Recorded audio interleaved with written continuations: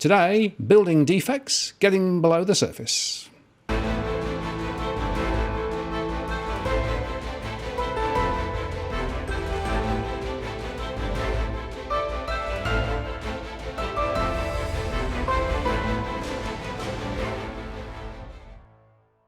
Hello again, it's Martin North from Digital Finance Analytics, working the latest posts covering finance and property news with a distinctively Australian flavour.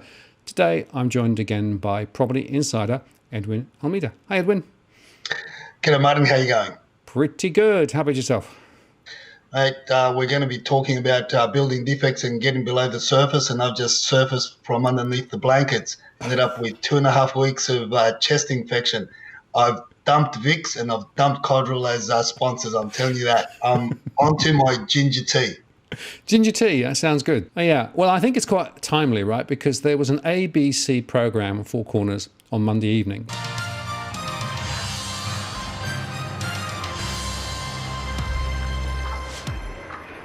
Good evening. We begin our bulletin with breaking news. Australia's apartment building industry is in crisis. An emergency operations underway at Sydney Olympic Park. For decades, it's been harbouring a dirty secret. Due to fears that a 30-storey apartment building, a litany of construction defects. Tonight, a 30-storey building evacuated Over fears an apartment block could collapse. A tower of uncertainty, cracks in the foundations, the facade crumbling, and hundreds of residents left out in the cold. I think actually a reasonably good set of sequences relating to the building defects, and started making some of the points that we've been talking about for well over a year now, and touching on places like Canberra and Darwin, as well as Sydney and Melbourne, and basically highlighting some of the the main issues with regard to the fact that there are lots of high-rise buildings with issues. But I guess you and I both felt that there were some things that really weren't developed very well in the program, and there were some issues that should have been probably touched on and weren't. So today we're going to take the conversation one step further. First and foremost, I think it was a great program. The only problem, or one of the problems that I thought with it was that not a lot of people watched the program, Martin. I've been speaking to a number of my colleagues. I've been speaking to a number of associates in various industries, and they weren't even aware of the program, and which leads me to ask, what's the rest of the mainstream media doing? Very little. They're trying to still keep it under under the blanket. They're still trying to keep it under covers, and it's a major systemic issue across all states. When deregulation came in the late 1980s. Yeah, no, I think that's an important point. And look, generally, I have to say that this is not the only issue on which I think the media is somewhat myopic and somewhat on the back foot. I mean, the cash ban is another example of that, right? Because, again, we've been talking about that for some time on the DFA channel and with John Adams on IOTP. But actually, it's only once the submission date passed that anybody from the mainstream media gave it any coverage at all. So it's almost like there are issues which are pretty prickly and nobody really wants to touch them, or if they do so they do it in a way that is relatively gentle. And I think that probably tells you more about the issues within mainstream media than anything else, not the seriousness of the issues that we're talking about, because they are very serious, aren't they? Extremely serious, and one of the other things that I would like to think that ABC would continue with, because it's not a just one show event. I think it could be shown over weeks, if not months, how systemic the pandemic, the problem is with construction. It's not really just about high-rise construction. It's also about your home and land packages. It's about how the new homes have been built, how strata title like villas and townhouses, your single-story or two-story homes throughout Australia. And the materials that are being used, and that the lackadaisical approach to regulating what's coming in, like I've been saying for years, Martin. Well, indeed. Now, let's just sort of parse this down into the individual components, right, and just take it one by one. So firstly, from a scope perspective, right, we know that it's not just high-rise buildings, it's low-rise buildings. We know it's a whole bunch of residential buildings, but not only residential buildings. You have to look at the commercial sector as well.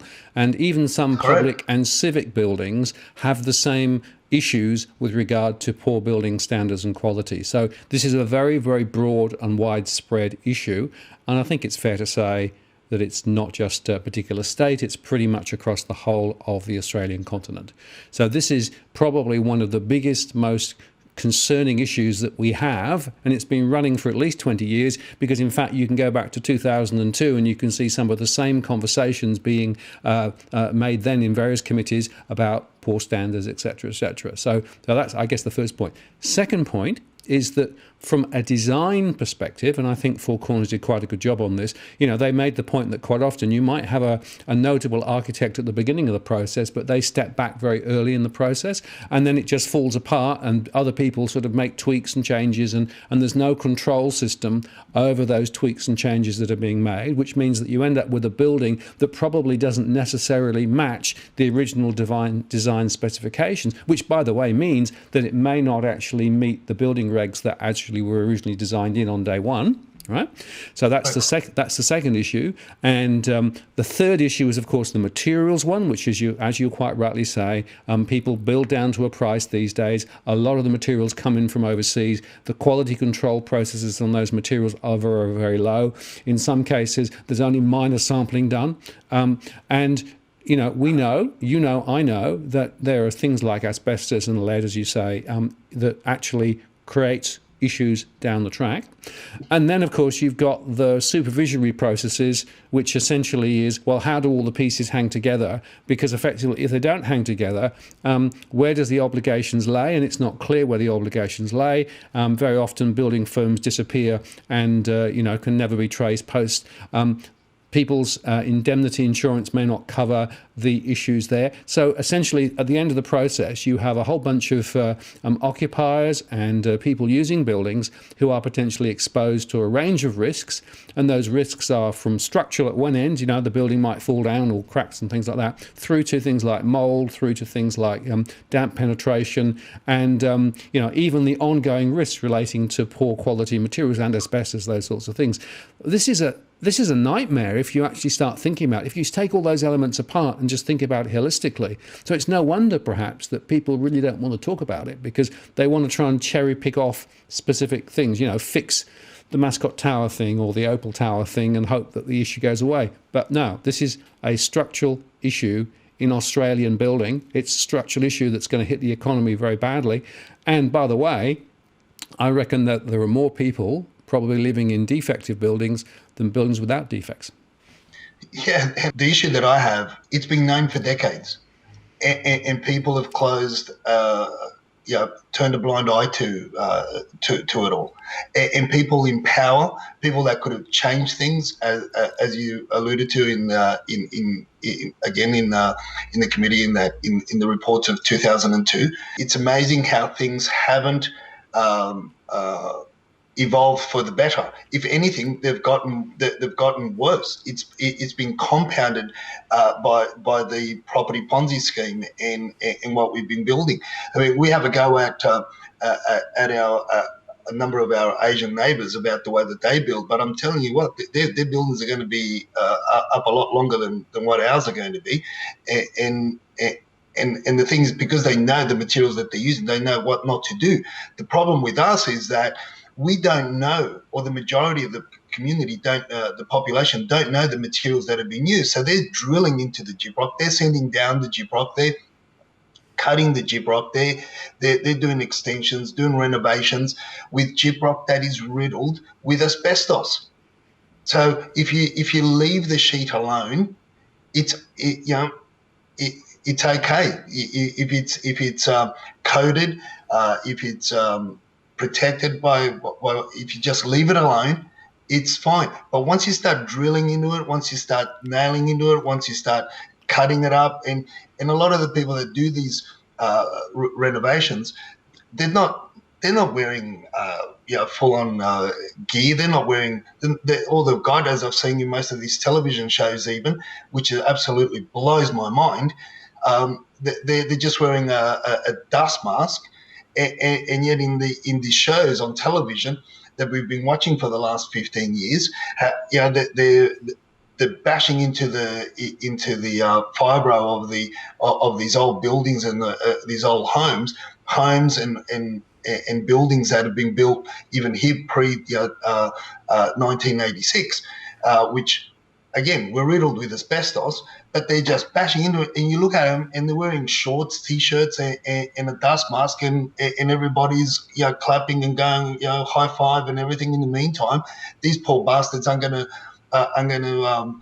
feel the effect of winning that trophy for the best renovation by till about 20, 30 years down the track, when they find out that the bodies are riddled with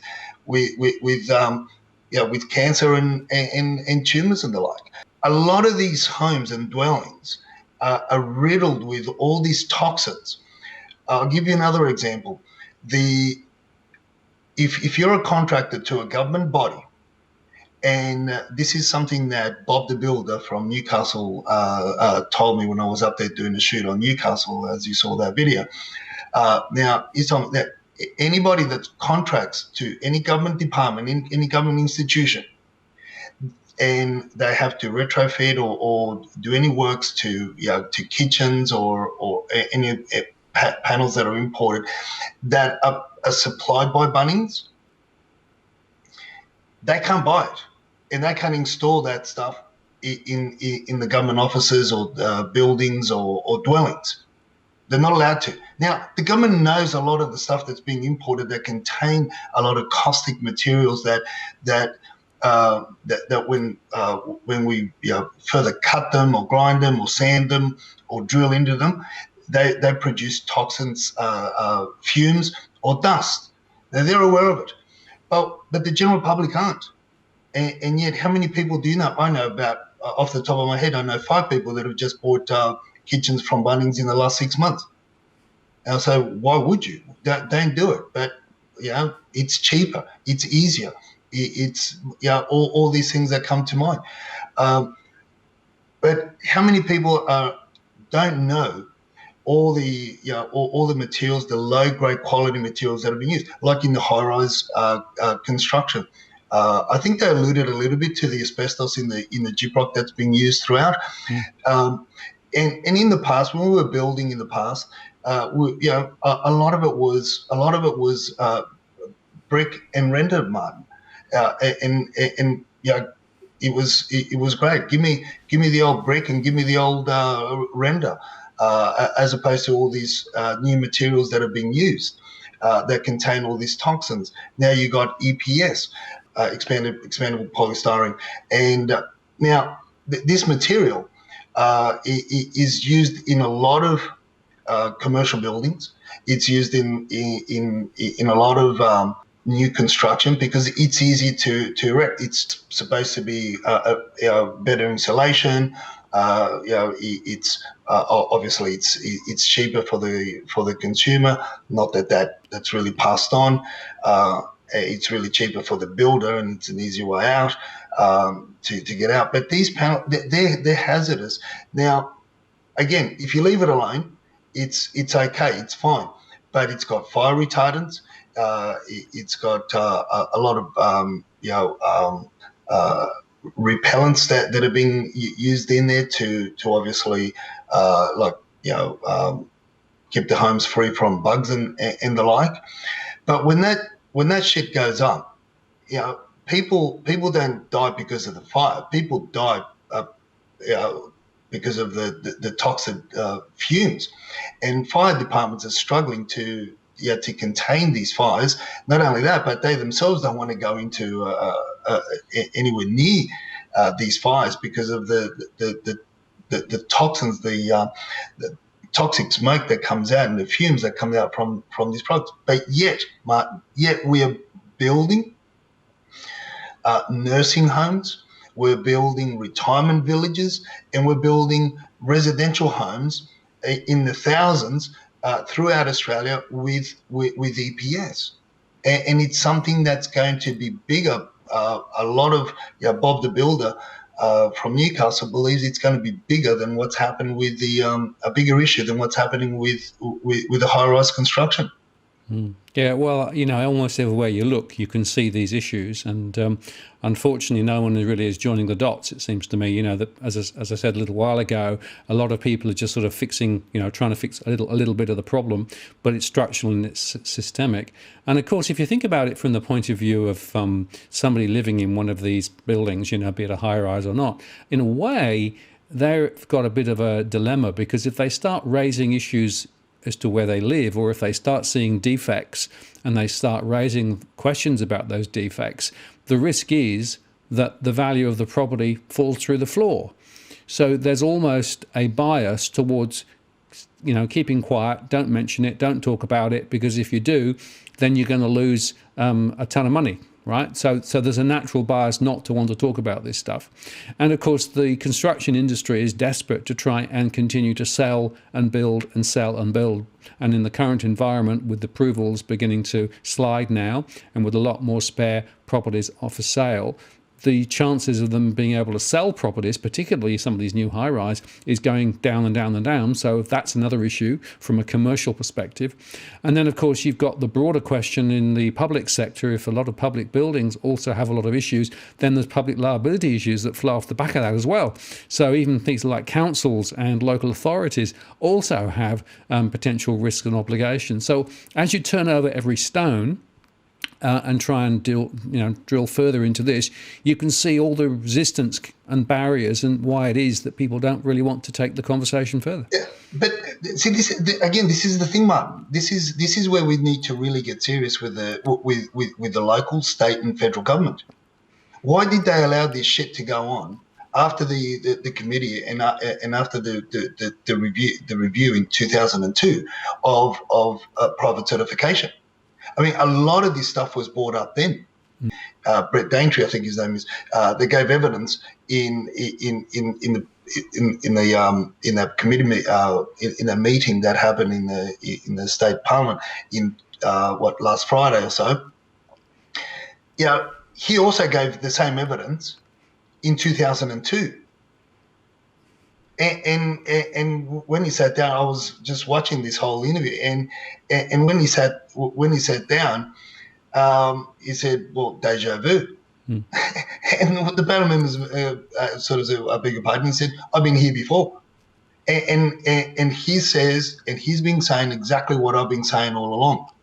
This shit is deja vu for me as well from the early 2000s.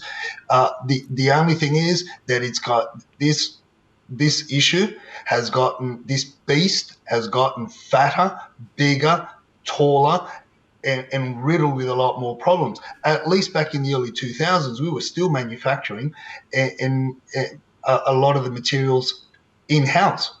We're not now. Forget about it. Yep. Just about everything is imported, but yet the government's new, Martin. This is my issue of contention, that the government's new. A lot of people knew. Marketing agents know of this. I used to stand at apartment blocks, when I was running a lot more in the property management sector, looking after some of our landlords' properties around Sydney. I would stand, outside of apartment buildings, where the marketing agents, the spruikers, the newcomers into the industry would be telling the would-be buyers, and it was flabbergasting, they would be telling the would-be buyers that, because I would hear the conversations, is this building insured? Oh yeah, don't worry. There's a 7 year, 6 year, 7 year, 5 year, 6 year, 7 year insurance cover over it. And I'm thinking, oh my God, you really don't know. You really don't know, or you do know, but you're just filling them with a lot of poo-poo, and which is it? I can tell you which one it really was. And so all these things, the industry, there needs to be a commission into the building industry as well as the real estate industry, Martin. The Banking Royal Commission is nothing compared to the building, what the building and the real estate industry, what will be exposed and who's to know. So these people that are now have been evacuated from Mascot Tower, that have been evacuated from Opal Tower, and by the way, Batman told Robin, and Robin told Spider-Man, and Spider-Man told Sporty that Opal Tower is still sinking. Just mark this point. More will be told in weeks to come. That's just not me. That's Batman telling me this stuff. He reckons it's from a reliable source. But going back from what I was saying was, so you've got all these people that are being evacuated from, and more are going to be evacuated from a lot more buildings, and more are going to be feeling the effects of living in a very, very toxic environment. They're going to be sleeping with lead, cuddling up to asbestos, and making love to arsenic, because that's what we've gone. We've gone backwards. We've gone backwards from in terms of the materials, in terms of in terms of protecting the general public. And a lot of the people know. So the general public right now are up in arms. I get that. A lot of people are being displaced. I get that. A lot of people are angry and everything. But they're all asking, for essentially for the taxpayer now to bail them out, right? That's what's happening. But again, Martin, let's take a step back. I say we need to bring in the spruikers, the marketing companies that sold these properties, knowing that don't tell me that the marketing companies didn't know. Oh, I'm just a marketing agent. I don't know these things. That's BS, because the builders and the developers are tied up with the marketing companies, are tied up with the strata managers, and that's how they've gotten away with this whole thing now. So they should be chasing for compensation. They should be chasing for relief through the strata companies that don't do the proper reports on the buildings in order to fix or to keep the builder in hand to do the rectification work under their license, under their insurance, under their bank account, as opposed to those of the owner's corporation, right? So we're going to find more and more how strata companies have not provided the owner's corporations with the proper reports in order to keep the builders and developers there to fix the problem. And we're finding that out with Mascot Tower. And when that exploded, the first thing I said is chase the strata manager. The builders and developers, they're long gone. And so in new cases that are going to arise, the builders and developers are long gone. The government's got they only have deep pockets to build sports stadiums, but that's another story. They don't have the deep pockets to get these things rectified. It is too big a beast. It is going to come and smack them right in the head. But you know what?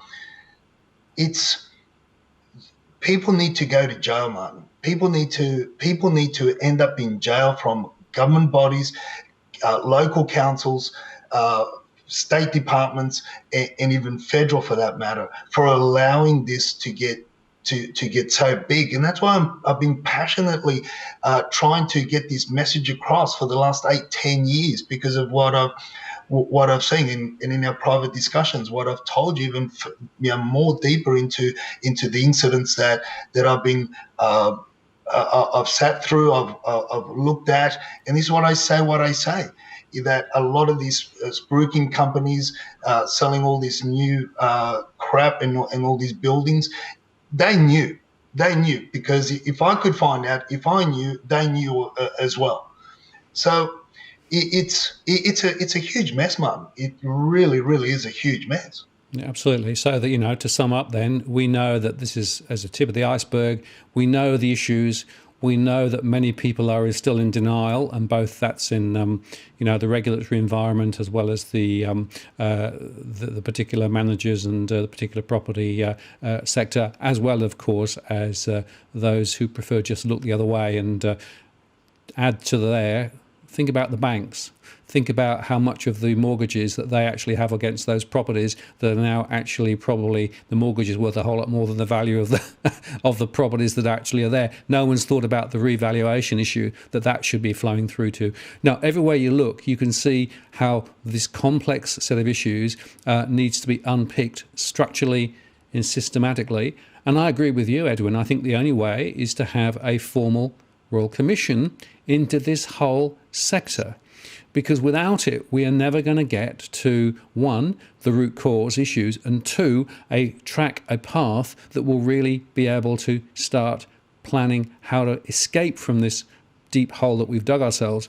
And of course, there are thousands and thousands of people who'll be worried sick now and frankly have no way out. And that, for me, is, I think, the other end of the spectrum. The individuals, and the social consequences of those individuals is going to be massive.